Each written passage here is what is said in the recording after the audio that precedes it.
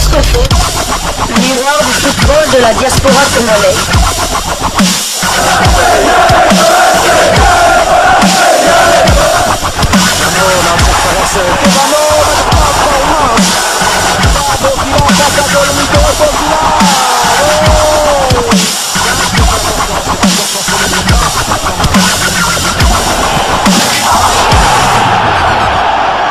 Foot, le miroir du football de la diaspora congolaise. Vous êtes sur Diasco Foot, le miroir du football de la diaspora congolaise. Diasco Foot vous dit bonjour, tout le plaisir est pour nous de vous retrouver, mais surtout de savoir que vous êtes nombreux en train de suivre votre chaîne YouTube dédiée uniquement aux footballeurs de la diaspora congolaise. Le tout-puissant Mazembe remporte sa bataille juridique. L'opposant à Meshak Elia de Young Boys, l'international congolais et son club vont donc passer à la caisse pour payer la somme d'$1 million américains au club noir et blanc de Lubumbashi. En tout cas, la nouvelle est tombée depuis hier et c'est le tribunal arbitral des sports à son sigle siégeant à Lausanne qui a enfin bouclé l'affaire. Cette nouvelle arrive 24 heures après l'élimination des Corbeaux en demi-finale de la Coupe de la Confédération face à la Renaissance sportive de Berkane du Maroc. Une sorte de consolation, on va dire, de cette formation de Mazembe qui doit maintenant attendre disputer une autre finale, oui, puisque Mazembe espérait rejouer une finale d'une compétition interclub 5 ans après la dernière disputée en 2017. Malheureusement pour l'équipe noire et blanc de Lubumbashi, éliminée le dimanche dernier. Mais en attendant, l'équipe va donc devoir se concentrer en Vodacom Ligue 1, ce championnat de la RDC qui va donc reprendre le 22 mai courant. Vous l'avez suivi, dossier Meshak Elia opposé au tout-puissant Mazembe Anglebert. C'est finalement le club noir et blanc de la République démocratique du Congo qui sort vainqueur. Young Boys étant condamné à payer une amende d'$1 million. Le tribunal arbitral du sport TAS a rendu sa sentence. Enfin, une sentence qui était très attendue depuis plusieurs mois dans l'affaire opposant TP Mazembe au club suisse de Young Boys de Berne et au footballeur international congolais Meshak Elia Lina. À en croire le communiqué rendu public par le tribunal arbitral du sport le lundi 16 mai dernier, le TAS accueille l'appel des Corbeaux pour condamner solidairement le club suisse et Meshak Elia à un montant d'$1 million USD. Pour rappel, le tout-puissant Mazembe avait signalé la disparition de son joueur après un test concluant en Belgique du côté d'Anderlecht 1 mois avant la décision de l'organe fêtier du football congolais. Selon la formation de Lubumbashi, Meshak Elia, incité par des agents véreux, s'est retrouvé en Suisse à demander l'asile politique avant de forcer les portes de Young Boys, une équipe évoluant en première division en Suisse par des procédés malhonnêtes.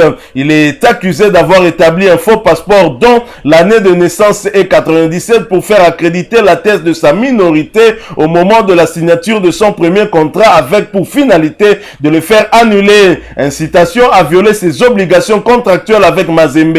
Rappelons que la Fédération Congolaise de Football Association FECOFA avait suspendu Meshak Elia pour 12 mois avec interdiction d'accès aux installations sportives et extension aux équipes nationales de la RDC, à la CAF et à la FIFA. La suspension est entrée en vigueur le lundi 18 novembre 2019 et c'est cette suspension qui avait fait que le joueur avait pendant un long moment boycotté l'équipe nationale, même après que cette suspension était arrivée à son terme. Mais chaque Elia continue à bouder ses convocations en équipe nationale depuis l'entraîneur qui avait précédé Hector Raoul Cooper, Christian Tengibembe. Rappelez-vous, pour les 2 dernières journées des éliminatoires de la Coupe d'Afrique Cameroun 2021 contre le Gabon ainsi que la Gambie, et Elia Meshak a continué à bouder l'équipe nationale même contre les matchs des groupes de la République démocratique du Congo pour les éliminatoires de la Coupe du Monde Qatar 2022. Il n'a accepté de venir qu'à la faveur d'une intervention du chef de l'État Félix Antoine Tshisekedi lors des 2 matchs des barrages qui nous avaient opposés au Maroc. Enfin, le tribunal arbitral a décidé, il faut rappeler que c'est le tout-puissant Mazembe qui avait porté l'affaire au tribunal arbitral. Pourtant, la FIFA lui avait donné raison en enjoignant le club de Young Boys de Berne ainsi qu'aux joueurs Elia Meshak de payer au tout-puissant Mazembe les indemnités du transfert, l'équivalent de 600 000 dollars américains, plus ou moins. Mais le tout-puissant Mazembe ayant estimé que ce montant ne correspondait pas du tout à la valeur du joueur. Ainsi, il a porté cette affaire au tribunal arbitral du sport et par sa décision, le TAS vient de donner raison au tout-puissant Mazembe et a réajusté ce montant. Et ce montant passe donc de plus ou moins 600 000 dollars américains à 1 million de dollars, un montant que devra donc débourser maintenant l'équipe de Young Boys pour clôturer cette affaire. Je pense qu'il est temps que l'on puisse tourner cette page qui a longtemps affecté le joueur, mais qui a aussi affecté le public congolais qui attendait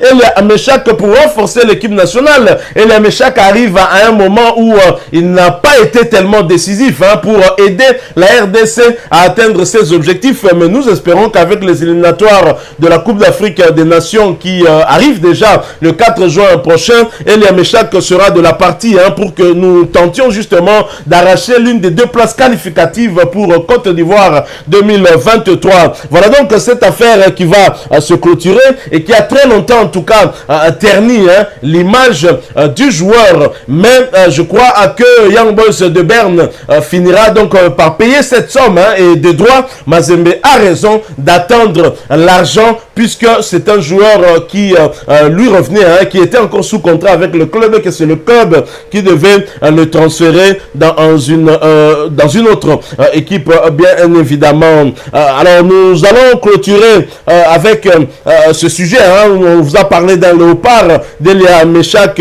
qui est condamné par le tribunal arbitral du sport, mais nous allons en parler d'un point de vue d'un ancien international congolais qui est revenu à cette élimination de la RDC de la qualification à une coupe du monde, ce qui aurait été une deuxième qualification pour nous. Il a estimé en tout cas qu'il était trop haut. Une coupe du monde se prépare. Près de 2 mois se sont écoulés depuis que la République démocratique du Congo a été humiliée par le Maroc lors des barrages du mondial Qatar 2022. Mais les stigmates sont encore visibles. Les Congolais n'arrivent toujours pas à oublier les 4-1 infligés à Casablanca aux léopards de la République démocratique du Congo par les Lions de l'Atlas du Maroc.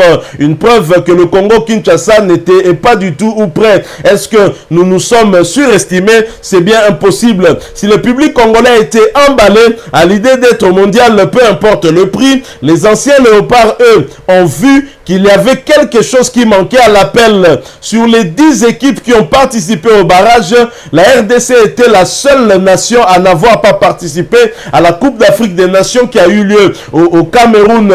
Et ça veut dire quelque chose. Une Coupe du Monde, ça se planifie déjà en termes d'organisation, a notamment dit Ilunga Erita. C'était sur le plateau de l'émission Canal Plus Talent d'Afrique. L'ancien Stéphano a également laissé entrevoir son étonnement lorsqu'à son arrivée, Hector Cooper s'est vu fixer les objectifs pratiquement irréalisables par le gouvernement congolais. Entendre le ministre dire qu'il a été pris pour 2 objectifs, la Coupe du Monde et la CAN, il était trop haut pour le Congo. Aujourd'hui, une Coupe du Monde se prépare, a-t-il renchéri. La préparation, encore une fois, la préparation pour un avenir meilleur est la meilleure des options et c'est clair.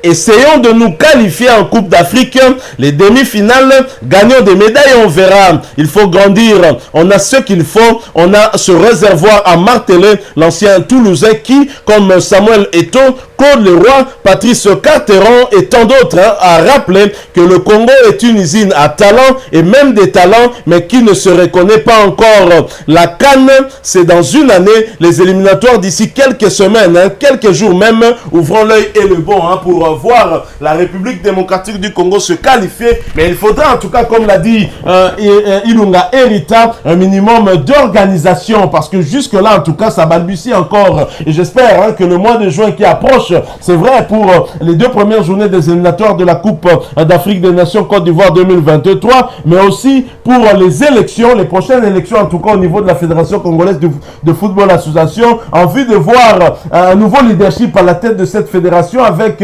une nouvelle équipe qui pourra avoir une vision et qui pourra emmener le développement de ce sport que nous aimons tous, le sport qualifié de sport roi dans notre pays, c'est clair, le sport qui fédère en tout cas tout le monde, et le sport qui amène un engouement certain en tout cas dans nos stades, et j'espère que les choses iront mieux du côté de la fédération et que ces élections vont apporter au public sportif congolais des changements tant souhaités. Merci à vous qui nous avez suivis. Nous sommes arrivés à la fin de ce sujet. Si vous l'avez aimé, laissez-nous un maximum de j'aime. Merci de partager avec nous votre point de vue en nous le laissant à travers un commentaire. Abonnez-vous sur cette chaîne Diasco Foot parce que nous sommes le miroir du football de la diaspora congolaise. Et n'oubliez pas qu'après vous avoir abonné, apparaîtra une petite cloche de notification. Cliquez dessus et elle vous permettra de ne plus rien manquer des prochaines vidéos que nous vous proposerons. Encore une fois, merci à vous, avec espoir de vous retrouver très bientôt dans un autre sujet d'actualité.